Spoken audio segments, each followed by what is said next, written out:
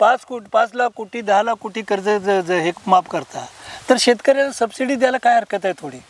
जेवढी पेस्टिसाइड औषधं आहेत त्याला कुठलीही निंदत नाही, 50% बोगस आहेत. आपल्याला ते काय नाही आल्यावरच कळतं काय चांगलं आहे का वाईट आहे. फक्त इलेक्शन आलं म्हणजे शेतकरी आठवतो आणि इलेक्शन पार पडलं की शेतकऱ्यांना परत लोटलं जाते का, असं काही चित्र आहे का? तो आंदोलन करणारा नेता बनतोय पण शेतकऱ्यांच्या व्यथा तशाच राहतात, असं झाले का काय? नमस्कार मित्रांनो, आपण आलो होतो इथं कृष्णाकाठी, म्हणजे ऊसतोडी कामगारांच्या ज्या काही व्यथा होत्या त्या आपण बघण्यात आलो होतो. पण आपण इथं आल्यानंतर आपल्याला प्राध्यापक, त्यांची शेती आहे इथं, त्यामुळे शेती खरंच ऊसाची परवडते का? कारण हा खर्च आहे तिथला, किंवा शेतीसाठी लागणारा खर्च, त्यासाठी पाणी कुठनं येतं किंवा पाण्यासाठी सुद्धा काही खर्च आहे का, ह्या गोष्टी बऱ्याच आपल्याला माहिती नाहीत. कृष्णाकाठच्या असो किंवा कोणत्याही ऊसतोडी ऊसाचा जो पट्टा आहे त्या ऊसपट्ट्यातल्या त्या शेतकरी जो शेती मालक आहे त्याच्या काय व्यथा आहेत किंवा त्यांचीही काय मांडणी आहे की किती खर्च येतोय ते आपण शेतकऱ्यांकडून जाणून घेऊया. ते शेतकरीसुद्धा आहेत आणि प्राध्यापकसुद्धा राहिले आहेत त्यांनी, त्यामुळे त्यांच्याकडून आपण सविस्तर ते जाणून घेण्याचा प्रयत्न करू. नमस्कार सर. नमस्कार सर, आपला परिचय करून द्या थोडक्यात. माझं नाव आर जी मखदूम, माझं गाव कर्नाळ. मी भारतीय विद्यापीठातनं 23 वर्षापूर्वी निवृत्त झालेलो आहे आणि वडिलांची शेती आहे ती मी बघतो. म्हणजे ही तुमची वडिलांची शेती? बरं. माझा एवढा ऊस आहे तुमचा, किती एकर ऊस आहे? ऊस आता जाणारा 2 एकर आहे, 2 एकर लागण आहे, म्हणजे 2 प्लॉट केलेले आहेत. ह्या शेतीचं गेले 13 सालापासून शेतीची अर्थव्यवस्था पूर्णपणे कोलमडलेली आहे. कारण 13 साली साधारणपणे 2600-2700 रुपये टनाल दर होता. आज तो 3100-3200 झालेला आहे, म्हणजे 500-550 वाढलेला आहे. खताच्या किमती साधारणपणे युरिया सोडून सगळ्या खताच्या किमती 2.5 ते 3 पट वाढलेल्या आहेत. GST वेगळा, त्यानंतर पेस्टिसाईडचे जे आहेत त्याच्यावरती GST परवडत नाही, पण तो मारावा लागतो, तो 18% आहे. म्हणजे एकूण जर सगळ्या ऊसाच्या शेतीचं अर्थशास्त्र पाहिलं तर जेवढ्याच तेवढं होतं आहे. आणि शेतकऱ्याला जो स्वतः राबतो त्याला काहीतरी राहतं, पण माझ्यासारखा जो करून घेतो तो जेवढा खर्च तेवढंच उत्पन्न निघतं. ही आजची अवस्था आहे. म्हणजे तुम्ही जे सांगत त्याच्यावर म्हणजे वडिलार्जित आहे म्हणून करायचं आहे म्हणून कृष्णाकाठला जवळजवळ 72 सालापासून दादानी स्कीम केलेल्या आहेत लिफ्ट इरिगेशनच्या, त्या सगळ्या चालू आहेत, जवळजवळ सगळ्या चालू आहेत.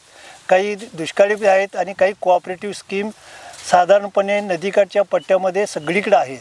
त्यामुळे पडीक जमीन अशी नाहीच आहे, कोणाचीच नाही. म्हणजे ज्या काही कोऑपरेटिव्ह संस्था आहेत, पाणी पुरवठा संस्था, त्यांचं वीज बिल वाढलेलं आहे. सुरुवातीला अगदी कमी दर होता त्यांचा एकरी, पण आता लाईट बिल वाढलं, मेंटेनन्स वाढला, त्यानंतर महागाई वाढली आणि सगळ्या ह्याच्यात ऊसाचं उत्पन्न आणि पाणीपट्टी ह्याचं काही गणित काही बसत नाही. कारण साधारणपणे एकरी 8,000पासून इथं कृष्णाकाठी तर 10,000पर्यंत एकरी पाणीपट्टी प्रत्येक वर्षी आर्थिक वर्षात, म्हणजे 1 एप्रिलपासून 31 मार्चपर्यंत ही पाणीपट्टी एकरी ऊसाची 8 ते 10,000 रुपये. एकराला 8 ते 10,000 रुपये भरावीच लागते ती. अगदी तुम्ही पाणी नाही वापरलं तरी? पाणी नाही वापरलं तर भरावीच लागते. तुम्हाला 2 वर्ष सूट देतात आणि पुन्हा तुमच्याकडनं लिहून घेतात काहीतरी, पण भरावीच लागते. बरं. आणि निदान पाणी येतंय ते 10,000 भरायचे म्हणून शेती करावीच लागते. आता त्यासाठीच मी करतोय खरं म्हणजे. बरोबर. म्हणजे ते 10,000 तरी त्याच्या तितकं जरी निघालं तरी बस. आणि काय झालंय की 14 सालापासून डिझेल पेट्रोल वाढलं, डिझेलचा खर्च वाढल्यामुळं ट्रॅक्टरचा खर्च वाढला, वाहतुकीचा खर्च वाढला, त्यानंतर महागाईमुळं मजुरीचा खर्च वाढला, सगळ्यांचा खर्च इतका वाढलेला आहे. आणि त्या प्रमाणात ऊसाच्या MRP MSP काय असेल ते ह्याच्यामध्ये काही बदल झालेला नाही. म्हणजे त्यांच्या दरात काय फरक झालेला? काही फरक झालेला नाही. यामध्ये शेतकरी भरडला जातो. शेतकरी फक्त काही 10-20 जे प्रत्येक गावामध्ये ज्यांचं एकत्र कुटुंब आहे, ज्यांची चांगली शेती आहे, स्वतःची यंत्रणा आहे, त्यांना साधारणपणे बऱ्यापैकी राहतं. कारण त्यांची शेती मोठी आहे आणि घरातले काही एकत्र कुटुंब असल्यामुळे हे करून घेतात. पण ज्याच्याकडे 4-2 एकर शेती आहे त्याला अक्षरशः आहे घातलेलं तेवढं सुद्धा मिळत नाही. आणि नदीकाठचे शेतकरी आमच्या इथं कुणीही 10 एकराच्या वरचा नाही. फार मोठा शेतकरी 15 एकर म्हणजे तो बागायतदार मोठा झाला, पण आज ती अवस्था अत्यंत वाईट आहे. कारण ती शेती मोठी झाली त्यापेक्षा लोकसंख्या पण वाढत गेली, भावाभाव हिस्सेदारी, त्यामुळे शेती कमी होत आली. तेही परवडत. आणि सगळं जे आहे याच्यामध्ये शेतकऱ्याचा व्यथा काय तिथं फक्त बोललं जातं आणि त्याचं इम्प्लिमेंटेशन काहीच होत, कार्यवाही काहीच होत नाही. शेतकऱ्यापर्यंत कधी त्याचा फायदा होतच नाही. आता आम्ही थोडं दुष्काळी पट्ट्यात नाही होतो खरं तर. दुष्काळी पट्ट्यात पण आम्ही फिरलोय. तसं तिथं पीक विमा वगैरे अशा सोयी असतात. मग ऊसासाठी वगैरे काय आहे का? ऊसाला विमा मला तरी माहित नाही, जवळजवळ ऊसाला विमा नाही आहे. म्हणजे कारण हे हा ऊस हा जंगल क्रॉप आहे तो. बरं. म्हणजे आपोआप येतो, काही त्याला लागत नाही असं पूर्वी मांडलं जातो. आता त्याच्यावरती बरेच लोक आलेत. लोकरी मावा आलेला आहे, त्यानंतर काही खोडकीड आलेली आहे. म्हणजे त्यामध्ये सुद्धा आता ते प्रकार आलेले आलेले आहेत. आहेत. रोग वगैरे त्याच्यावर सुद्धा येतो. अगदी रोग आलेले आहेत. बऱ्याच वेळा असं म्हटलं जातं की डाळिंब असो किंवा द्राक्ष असो यापेक्षा ऊस शेती ही परवडणारी आहे, कारण कष्ट कमी आहेत असं म्हटलं जातं. ते कसं काय, मग त्याबद्दल काय सांगाल? कष्ट हां, तसं कष्ट कमी आहेत. कष्ट कमी म्हणजे तुम्ही लागण केल्यापासून साधारणपणे 6 महिने तुम्हाला 6-7 महिने कष्ट करावे लागतात. पुढचे 6-7 महिने हे पाणी पाजणं आणि किरकोळ एवढं हा खर्च कमी आहे. पण सुरुवातीला जो खर्च करायला लागतो तो अफाट आहे. आणि त्या प्रमाणात इनपुट आणि आउटपुट याचा काय ह्याच्यामध्ये हे होत नाही. आपण खर्च किती करतो आणि त्यातनं उत्पन्न किती काढतो ह्याचा मेळ अगदी जमतेमच होतो. जर फार मोठा शेतकरी असेल, टनेज 80 काढलं 90 काढलं, त्याला निश्चितपणे फायदा होतो. मी आता जास्तीत जास्त 60 टनाचा प्रयत्न करतोय. काही वेळा निघतात, यावर्षी पाऊस जास्त झाला, बघू निघते की नाही ते. म्हणजे 60 टन झालं तर मला काहीतरी थोडं राहतं म्हणजे निदान मला काहीतरी राहतं. म्हणजे 60 टन निघावं तर तुमच्या खिशात काहीतरी काहीतरी राहतं. आता हा शेजारचा ऊस आहे, 35 टन निघाल्यावर काही नाही, खत टाकतो, पाणी पाजतो. ह्यातलं गेल्या वर्षी जमिनी मार्चमध्ये ऊस गेलेला काही येत. पण त्या आपण राबलेलं स्वतः तरी निघतंय का? ते स्वतः राबलेलं तेवढं, ते काय येईल ते स्वतः राबलेलं तेवढंच. म्हणजे रोजगार, जर आता तुम्ही प्राध्यापक आहात, तुम्ही सगळं करून, तुम्ही आता सगळं रोजगारी लावूनच करून गेला रोजगारी. त्यामुळे तुमच्याकडे तुम्ही प्राध्यापक असल्यामुळे तुम्ही हिसाब किताब ठेवत असाल. पण असे दुसरे शेतकरी जे काय शिकलेले नसतील वगैरे ते हिसाब किताब ठेवत नाहीत. खरं तर सगळे हिसाब ठेवतात, सगळ्यांना माहिती आहे. पण ही व्यथा कुणापुढे मांडायची तरी मांडली तरी ती शेवटपर्यंत त्याचं कोण हे देत नाही. म्हणजे त्याच्यावरती उपाय नाही. काय उपाय काही नाही, फक्त ह्याच्यामध्ये शेतीचं अर्थशास्त्र आहे. आता कांद्याचा प्रश्न आहे, दुधाचा प्रश्न, हे असंच चालणार आहे. जोपर्यंत राज्यकर्ते काय म्हणजे शेतीसाठी गेली 75 वर्षात शेतीसाठी फार कमी हे केलेलं आहे. आता काय मंत्र्यांचे 4-4 कारखाने सरळच आहे हो. आणि ज्यांनी चांगले चालवलेले आहेत, काय त्यांचे पुण्यही असू देईल, पण काही कारखाने राजकारण्याने अत्यंत चांगले चालवलेले आहेत. पण काय होतं, चालवले चांगले आहेत, पण दर जी पॉलिसी दिल्लीला ठरते ती काही इथंपर्यंत पोचत नाही. तुमच्या भागात इथं आंदोलनं सुद्धा उसावरती भरपूर होते. म्हणजे या मागच्या एकदा 5-6 वर्षाच्या अगोदरचा काळ बघितला तर राजू शेट्टींनी वगैरे भरपूर आंदोलन, जोशीचं आंदोलन झालं इथं. आम्ही इथं माझे एक मित्र होते डिग्रजचे, आम्ही इथं रस्ता रोको सुद्धा केलेला. पण ते आंदोलन हे फक्त शेतकऱ्यांना घेऊन एक आंदोलनच बनतं. त्या शेतकऱ्यांचं नंतर तो आंदोलन करणारा नेता बनतोय, पण शेतकऱ्यांच्या व्यथा तशाच राहतात. असं झाले का? काय झाले. आता राजू शेट्टीने फार मोठं काम केलेलं आहे. राजू शेट्टी असू देईल, रघुनाथ दादा पाटील असू देईल, आणखीन छोटे मोठे कार्यकर्ते प्रत्येक गावात आहेत. त्यांनी साधारणपणे 2000 पर्यंत फार चांगलं काम केलेलं आहे. आणि हा जो उसाला दर मिळाला हा शेतकऱ्याच्या आंदोलनामुळेच मिळाला. अगदी सगळ्यांचं मत आहे, सगळ्या शेतकऱ्यांचं मत आहे. मी सांगतो अगदी सामान्य शेतकऱ्याचं. कारण पूर्वी 600-700 द्यायचं, कुठं पॉलिसी ठरायची, 3 हप्ते द्यायचं, काही नाही. पण राजू शेट्टी, रघुनाथ दादा पाटील, जोशी असतील, सगळ्यांनी, आणि छोटे मोठे कार्यकर्ते, अनेक कार्यकर्ते म्हणजे ज्यांच्यावरती 10 केसेस आहेत. केसेस पडलेत त्यावेळी? हां आहेत, भरपूर केसेस आहेत. ते महावीर पाटील आहेत नांद्र्याचे, त्याच्यावर 10-20 केसेस आहेत, अजून आहेत. आणि त्याचा निकालच लागत नाही. त्यामुळं ज्यांच्यावर केसेस पडतात तो आपोआप पोहोचला जातो, कारण त्याला लढायची ताकदच राहत नाही हो. हा, कारण शेतकऱ्यांच्या भल्यासाठी म्हणून तो मैदानावरती आला असतो. पण केसेस पडल्यानंतर आर्थिक बाजू किंवा घर सांभाळणं, आता समजा 60 नंतर जर मी गेलो असतो, केसेस पडला तर मी किती हेल्पट घालणार आहे 70 वर्षापर्यंत? बरोबर. त्यामुळं हे काय झालं, आणि शेवटी काय होतं, पोलीस स्टेशन, तिथली यंत्रणा, कुठले कायदे कलम लावायची तेच ठरवतात. तो आमच्या हातात काय. मग आता थोडं आपण त्या मुद्द्याला स्पर्श करतो म्हणून एक थोडकाच प्रश्न विचारतो की आंदोलनं जी होत आहेत ते आंदोलन शेवटपर्यंत टिकत नाहीत. ते केसेस वगैरे झाल्यामुळं थोडं ते ढिलं पडतंय असं वाटतंय. नाही, आता कसं झालंय, पूर्वी एकमुखी नेतृत्व राजू शेट्टीने फार चांगलं काम केलं, जोशीने काम केलं. अनेक म्हणजे विदर्भामध्ये, मराठवाड्यामध्ये, सोलापूरमध्ये अनेक कार्यक्रम म्हणजे फार मोठे शेती काम हे केलेलं आहे. पण ज्या वेळेला त्यांना आता उदाहरणार्थ राजू शेट्टी जर राजकारणात काय निवडून आले, आमदार झाले, खासदार झाले, जसं नाही त्यांनी काम चांगलं केलेलंच आहे, त्याचा काय प्रश्न नाही. बरोबर. पण कसं होतं, की एकाला सत्ता मिळाली की त्याच्यामध्ये बाकीची असूया तयार होते, मलाही मिळायला पाहिजे, ह्यातनं फाटाफूट होते. एक संघटना राहतच नाही. आणि पण हे नेते मोठे झाल्यानंतर आता जे तुम्ही उदाहरण सांगितलं महावीर पाटील म्हणून सांगितलं की त्यांच्यावरती केसेस पडल्या, मग या केसेस मागं घेण्यासाठी वगैरे असं काय तो नेता प्रयत्न वगैरे असं प्रयत्न करते, पण कसं असतं की ज्या केसेस पडलेले आहेत हे सरकारच्या हातात असतं, सत्तेत असणाऱ्या सरकार. आता तुम्हाला सांगतो उदाहरणार्थ लोकसभेमध्ये झाले अटेम्प्ट टू मर्डर, ह्याच्यावर राहुल गांधीवरती केस पडत्या, किती हास्यास्पद आहे. Attempt to murder direct attempt to, मी आता वाचलेलं आहे ते सांगते. तो काल आली काय बातमी धक्काबुक्की झाली असं होईल का सांगा. कुणी केसेस काय घालायचे, ह्याला काय कुठल्या कलमं लावलेत त्यावर अवलंबून असतं. आणि मग ते कसं होतं, मग ते नेते सुद्धा राजू शेट्टीनं काय ते आपल्या कार्यकर्ते सोडायचे आहेत का. बरोबर. आणि संघटना टिकलीच पाहिजे होती, पण आता काय झालं त्यात राजकारण आलं. पुन्हा काय वर्ष संघटना फार चांगली टिकलेली आहे. आता मी माझ्या प्राध्यापक संघटनेमध्ये एकच शब्द सांगतो, आम्हाला संघटना झाली म्हणून गेले माझ्या काळात एक 30 वर्षे शिक्षणाचा हा गोल्डन पिरियड होता, पण आता तो राहिलेला नाही. कारण आम्ही ओबीसी, आमचंही उत्पन्न त्याला काही तर काहीच येत नव्हतं. ओबीसी म्हणजे 900 आतल्या शिक्षणामध्ये आम्ही शिकलेलो आहे. जशा खाजगी शाळा वाढल्या, इंग्रजीचं प्रस्ताव वाढलं, त्यानंतर कॉम्पिटिशन झालं. आणि जिल्हा परिषद शाळा तर मी तुम्हाला सांगितलं, कौतुकास तुमचं सांगितलं, अशी शाळा फार जिल्ह्यात कमी झाल्या. कमी झाल्या, शिक्षक संख्याही त्यांची कमी आलेली, मग मुलं घालायचीच बंद झाली ना. तुम्ही आता कसं झालं, या सगळ्या नेत्यांची मुलं परदेशात शिकतात आता का आपल्याला सगळ्यांना माहिती आहे, आणि आपण जिल्हा परिषद सुद्धा घालत नाही. बरोबर, चालतंय. विषय थोडा राजकारणाकडे गेला, पण आपण परत शेतीकडे येऊ, कारण संलग्न होता तो, कारण शेतीच्या संलग्न तो विषय होता म्हणून आपण घेतला. आता ही जी शेती तुम्ही स्वतः ही करताय, तुम्ही स्वतः कसताय किंवा रोजगाराकडून करून घेताय, तुम्ही तुमचा त्याचा आराखडा पूर्ण सांगितला.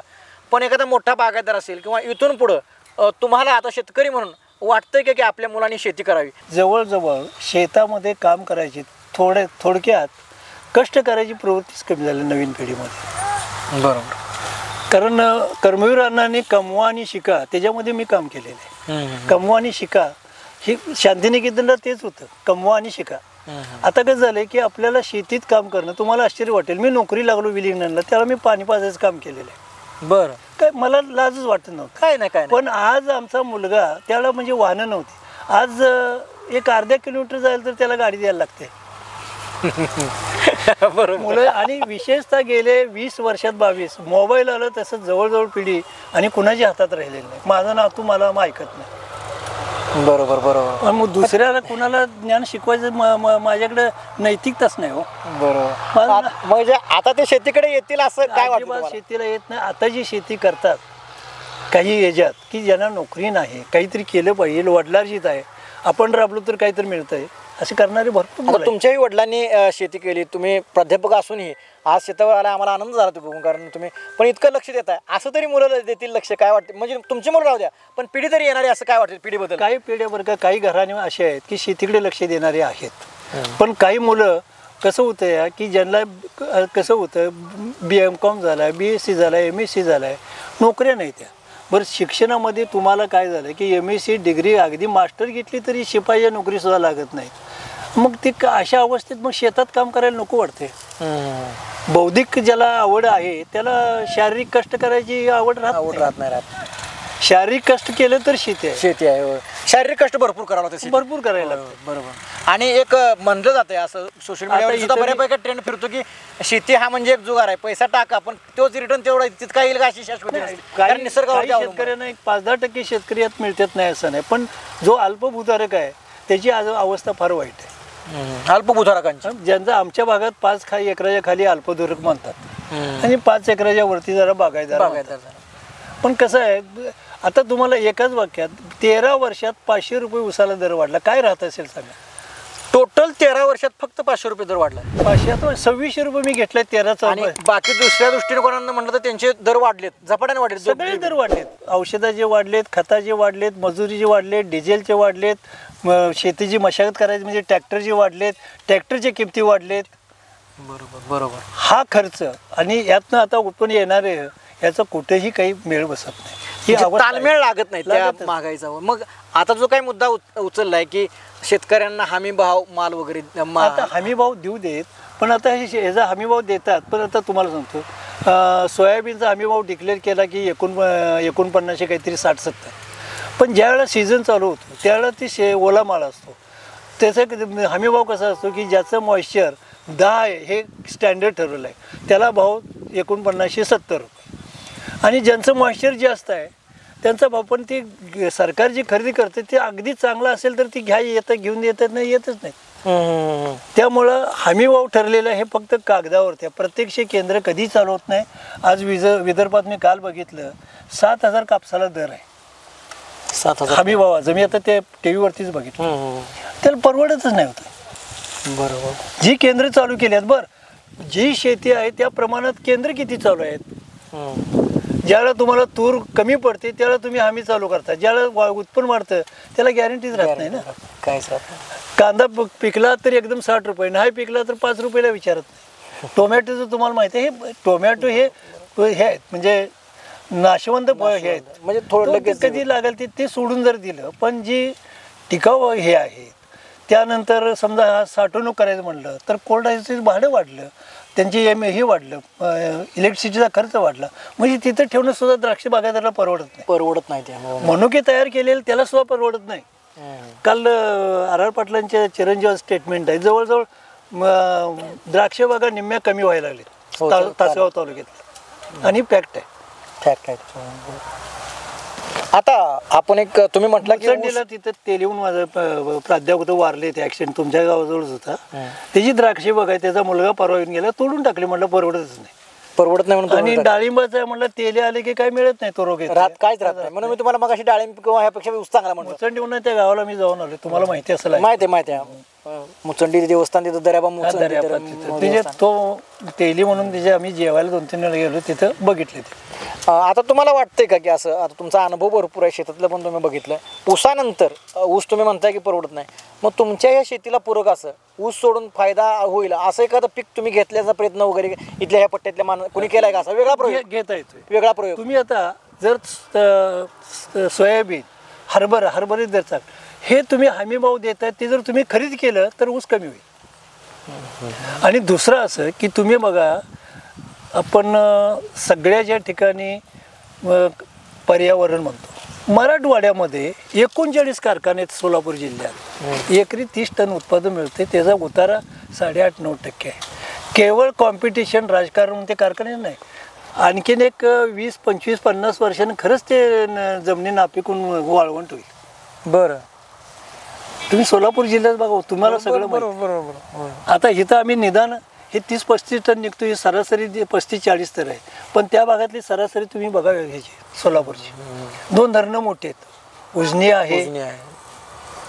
बरोबर तुम्ही म्हणलेला हा फॅक्ट आहे खरं. आणि हे आहे ना, हे सगळे आता कारखाने निघाले तर राजकारणाच्या ह्याच्यावरती निघाले, नेत्यांचे सगळे नेते. आता हे ऊस काय झालं, आता इथं आमचं 15 किलोमीटरच्या आत दुसरं ट्रॅक्टर आणू शकत नाही, बैलगाड्याच पाहिजे, आणि बैलगाड्या येत नाही त्या, कारण 15 किलोमीटरच्या पुढे गेलं की त्यांचं वाहतूक भाडं वाढतंय. मग तुमचं वाहतूक भाडं आणून 10 किलोमीटर तो कसा तोडणार? बरोबर. त्याला टनाला जर 100 रुपये कमी मिळत असेल, 1 टन मध्ये बैलगाड्याच्या ह्याच्यामधून जर 8 टन गेलं तर 800 रुपये तो का कमी घेईल? खरं. त्यामुळे आता एक आहे की आता मशीन आलेले आहेत, आता जवळजवळ मशीन नांदेरात मशीन, जो उभा ऊस आहे तिथं मशीन चालतं, अगदी चांगलं चालतं. मी गेल्या वर्षी खोडो पलीकडचं मशीननं तोडलं, काय थोडं नुकसान, हेतं नुकसान झालं काय, ते काय फारच नाही. पण तुम्हाला यांत्रिकीकरण करणं हे अपरिहार्य आहे. 10 वर्षांत तुम्हाला ह्या गाड्या सुद्धा दिसणार नाही, या बैलगाड्या या ट्रॅक्टर वगैरे दिसणार नाहीत, त्या यंत्र नाही, ट्रॅक्टर दिसणार पण बैलगाड्या दिसणार नाही. अजून 10 वर्षानंतर मजूर वगैरे हे कमी होतील सगळे. हे तुम्हाला आत्ता सांगतो, गेल्या 20 वर्षात नांदेडला एवढ्या गाड्या कमी पहिल्यांदा झाल्या. बरं. आता ही संख्या कमी होत जाणार, अगदी कमी होत जाणार. आणि तुम्ही सगळ्या कारखान्याची ही अवस्था आहे, आमचंच असं नाही, कारखाना सगळ्यांची सगळ्यांची.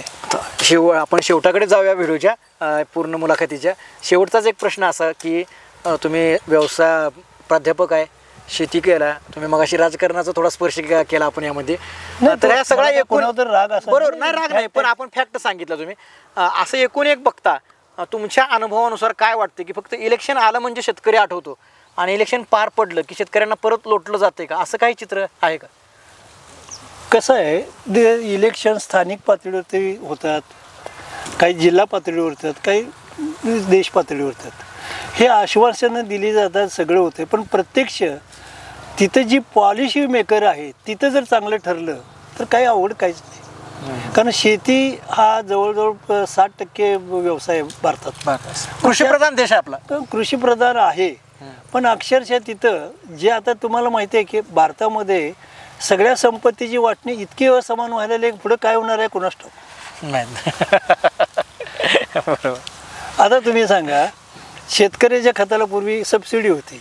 आता उदाहरण मी अमेरिकेचं घेतो, जपान अमेरिकेला शेतकऱ्यांचा संप झालेला कधी आठवलं का? जपानचा फार मोठी सुनामी आली, सगळी शेती बरबाद झाली, पण सगळं गव्हर्नमेंट त्यांचं 100% त्यांना इन्शुरन्स आहे, पूर्ण देतं. अमेरिकेत तुम्हाला जी सबसिडी दिली जाते आणि उलट आपली सबसिडी काढून घेतली. बरोबर. आणि शेतकऱ्याचा इतका फायदा झाला आहे. 56 साली मी तुम्हाला सांगतो, तुम्ही 72 साल सांगतो, 72ला अक्षरशः मी मिलो खाल्लेलं आहे. मी ज्याला शिकवतो तर मिलोची भाकरी खाल्लेली आहे 64ला. बरं. ज्वारी मिळत नव्हती, जिल्हाबंदी होती, 10 पैसे 15 पैसे किलो ज्वारी होती. आणि त्यावेळेला अन्नाचा इतका तुटवडा होता. आणि हरित क्रांतीनंतर खरंच शेतकऱ्यांनी ही क्रांती केलेली आहे. स्वामीनाथन म्हणा, आणखीन अनेक शास्त्रज्ञ आहेत त्याच्यामध्ये. त्याच्यामुळं खरं तुम्हाला आश्चर्य वाटेल की अन्नधान्याचा जवळजवळ आपण दुपटीनं वरती वाढवला गेले 50 वर्ष. पण हे शेतकऱ्यांनी केलं हे आता कोण बघत नाही हो, त्याकडे लक्ष नाही कोणाचं. तुम्हाला अन्नधान्य दिसते, तांदूळ तुम्ही निर्यात करताय, गहू हे करताय, साखर निर्यात करताय, हे कुठनं आलं? 50 वर्षापूर्वी काहीच नव्हतं. मग हे शेतकरी करतो तो हे मानायला तयार नाहीत ना. मग त्यांना फॅसिलिटी का देत नाही? तुम्ही जर 5 लाख कोटी 10 लाख कोटी कर्ज हे माफ करता, तर शेतकऱ्याला सबसिडी द्यायला काय हरकत आहे थोडी? बरोबर, दिली पाहिजे त्या गोष्टी. आता शेती आता ह्याने कोल्याने सांगितलं, GST म्हणजे कशावर लावायचं सांगायचं? 18% पेस्टिसाईड आहो. मी तुम्हाला दुसरं एक सांगतो महत्त्वाचं, जेवढी पेस्टिसाईड औषधं आहेत त्याला कुठलीही नियंत्रण नाही, 50% बोगस आहेत. आपल्याला ते काय नाही आल्यावरच कळतं काय चांगलं आहे का वाईट. प्रयोग केल्यानंतर आणि ह्याच्यावरती कुठलंही नियंत्रण नाही माझ्या माहितीप्रमाणे. बरं. हाय, शेती अधिकारी आहे, पण जेवढ्याच तेवढं, म्हणजे असं विशेष असं लक्ष नाही का अजिबात नाहीच आहे. तुम्हाला काय करायचं आहे? तणनाशक मारायचं आहे, तुम्ही आणता 2000ची बाटली, त्याचा उपयोग होतो की नाही ते नाही आलं करतो, पण तक्रार तुम्ही कुठं करायला जाणार आहे? हाही मोठा प्रश्न. कुठं जाणार? दुकानदाराला विचारतो काय, आता ते आले ते म्हणतात ते आम्हाला माहित होते तेवढे दिलं. बरं दुकानदार तुमच्यासारखं सहज असतो का? आपण भांडत नाही त्याच्याशी. शेवटी रोज तोंड उठून बघायचं. कशामुळे दुकानदाराची काय भांडण करणार? तो काय त्याच्या, आणि दुकानदार स्पष्टपणे म्हणतो की मी माझ्या काय घरात बनवलेलं नाही. फार अवस्था वाईट आहे. बरोबर. ह्याही गोष्टी आहेत खरंच. तुम्हाला सांगतो, ऊसपट्टा असू दे, कुठलेही असू दे, याच्यामध्ये जर म्हणजे मलाही थोडं अर्थशास्त्र कळतंय बरं का, तर याच्याप्रमाणे जर केलं हमी किंमत ठरवता तेवढी. पंजाब आणि हरियाणामध्ये गहू अत्यंत अमाप पिकतो, त्यांना हमी भावानं परवडते हो. कारण तुम्ही सगळं खरेदी करता. तुम्ही सोयाबीन खरेदी करता का? इथं 4-2 केंद्र जिल्ह्यात, 1-2 केंद्र, आणि हजारो टन सोयाबीन, आणि खर्चा तुम्ही 5-10 हजार टन. तर हमी भाव प्रत्यक्ष शेतकऱ्यापर्यंत गेला, किंवा याच्यामध्ये शेती व्यवसायामध्ये तुम्हाला सबसिडी किंवा विमा हे काहीतरी ठेवलं पाहिजे. बरोबर. तुम्ही आता 1 रुपये विमा होता, तर तुम्ही आता वाचलेल्या कुठल्या विमा कंपन्या सगळ्या फायद्यात आहेत. जोपर्यंत तुम्हाला सांगतो शासन यंत्रणेमध्ये भ्रष्टाचार नाही. मला वाटतंय एक 40 वर्षापूर्वी भ्रष्टाचार नव्हता, पण आताच जास्त झालेला आहे. आता जास्त आलाय म्हणता. अगदी 100% सांगतो. काल सुरेश दसांनी तर ते वाचून दाखवलं पीक विम्याचं असू दे. भ्रष्टाचार तर आता सगळ्या लेवलला झाले. आता इव्हन सांगतो, मी शिक्षण क्षेत्र फार चांगलं म्हणतो, तर अत्यंत वाईट अवस्था झालेली, वाईट वाटते. नक्कीच. कारण मी सांगितलं तुम्हाला की मी 3-4 वर्ष स्वतः जाऊन, मला काही काम नव्हतं, ह्यांचं शिक्षण मला आवड होती, तिथे 3-4 वर्षी जात होतो. कारखाना बंद पडल्यानंतर माझं बंद झालं. बरोबर. चाल आपण काय तुम्ही सर्व गोष्टीला स्पर्श करून आपण सगळी मुलाखत घेतली. शेतीबद्दल बोललो, जे काही शेती संबंधित जे काही गोष्टी होत्या त्या सर्वांना स्पर्श करून तुम्ही अगदी व्यवस्थित सांगितलं आहे. आणि शेतकऱ्यांना सुद्धा नक्कीच याचा फायदा होईल की शेती खरंच किती परवडते किंवा यामध्ये बदल करण्याची काय गरज आहेत किंवा शेतीचं त्यांनी पूर्ण स्ट्रक्चरच सांगितलेलं आहे आणि यामागची कारणंसुद्धा त्यांनी सांगितलेलं अगदी सविस्तरपणे सांगितलेले आहेत. आणि ही मुलाखत तुम्हाला कशी वाटली हे आम्हाला कमेंट करून सांगा. तुमच्या काही अजून प्रश्न असतील तर ते आम्हाला कमेंट करून सांगा आणि चॅनलला सबस्क्राईब करायला विसरू नका.